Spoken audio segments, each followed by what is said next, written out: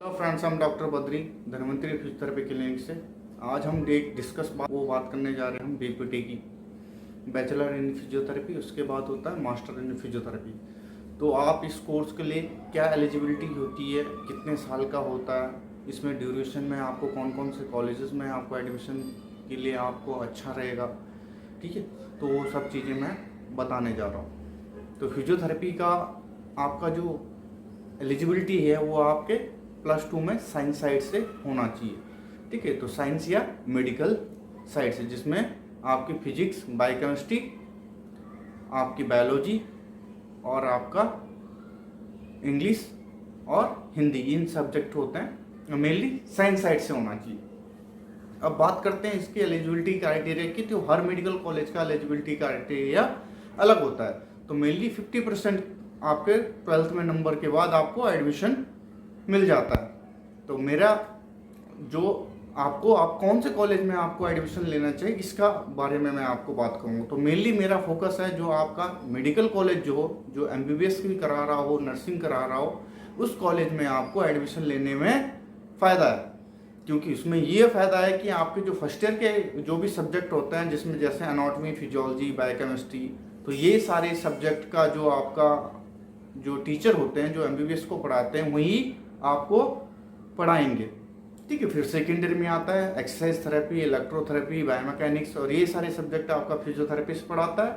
और third year में सारा क्लिनिकल होता है। तो क्लिनिकल जो भी सब्जेक्ट होते हैं, ऑर्थो, न्यूरो, कार्डियो, गायनी, ऑब्स्टेट, ठीक है। तो ये सारे सब्जेक्ट क्या होते हैं आपके वहाँ के कंसल्टेंट जो भी डॉक्टर हो गए, जैसे न्यूरो का कोई डॉक्टर हो गया तो वो पढ़ाएंगे, ऑर्थो का कोई भी डॉक्टर होंगे तो वो पढ़ाएंगे, ठीक है। मेडिसिन के कोई डॉक्टर होंगे तो वो पढ़ाएंगे। तो ये सारी चीज़ें आपको आपके मेडिकल कॉलेज में मिलेगा, ठीक है। तो मेडिकल कॉलेज के अलावा अगर आप नॉन मेडिकल कॉलेज में लेते हैं, जैसे सिर्फ पैरामेडिकल कॉलेज, तो उसमें ये चीज़ें आपको सीखने को नहीं मिलेगी।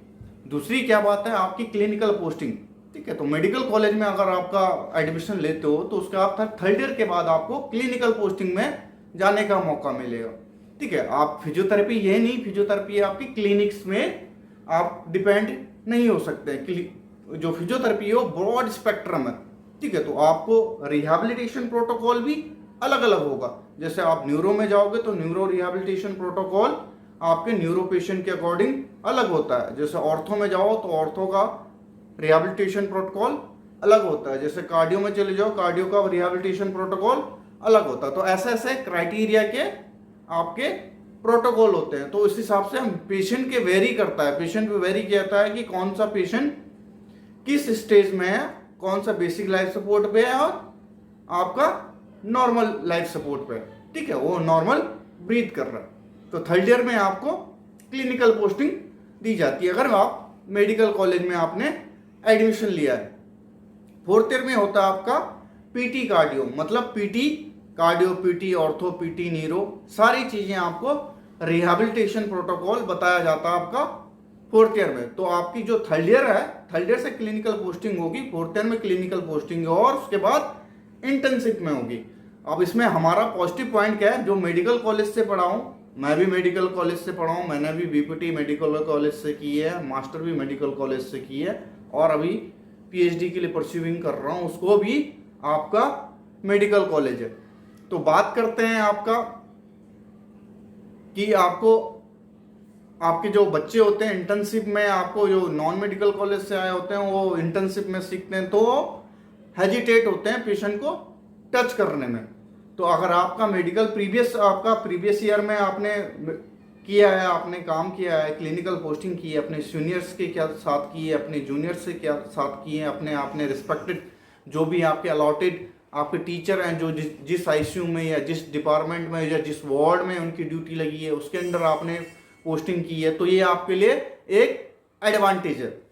तो इसके बाद थर्ड ईयर के बाद फोर्थ ईयर में आपने cardiac PT, ortho PT, neuro PT, ये सारी चीज़ें पढ़ के और उसके बाद इंटर्नशिप होती है, ठीक है। तो मेडिकल कॉलेज के ये फायदे हैं, ठीक है। तो इसमें आपको क्या है, हर स्ट्रीम का बच्चा आपको मिल सकता है मेडिकल कॉलेज में, कि हर आपको डिपार्टमेंटल एक्सपोजर भी मिलता है कि आपको इस डिपार्टमेंट में जाना है तो इस डिपार्टमेंट के क्या क्या टेस्ट या क्या क्या एक्सपोजर होते हैं, तो वो भी आप इंटरेक्ट कर सकते हो अपने कलीग के साथ। तो ये सारी चीज़ें आपको बीपीटी में। फिर एमपीटी में तो बहुत सारी स्ट्रीमें आ चुकी हैं। स्ट्रीम कार्डियो की स्ट्रीम होगी, आपकी ऑर्थो की स्ट्रीम होगी, न्यूरो की होगी, स्पोर्ट्स की होगी, गायनी की होगी, ठीक है। आपका चाइल्ड के लिए अलग स्ट्रीम आ रही है, आपकी जीडियाटिक फिजियोथेरेपी के लिए अलग स्ट्रीम है, कम्युनिटी बेस्ड रिहैबिलिटेशन के लिए अलग आपका ट्रीटमेंट प्रोटोकॉल है। ट्रीटमेंट प्रोटोकॉल के हिसाब से आपका मास्टर कैटेगराइज कर दिया गया।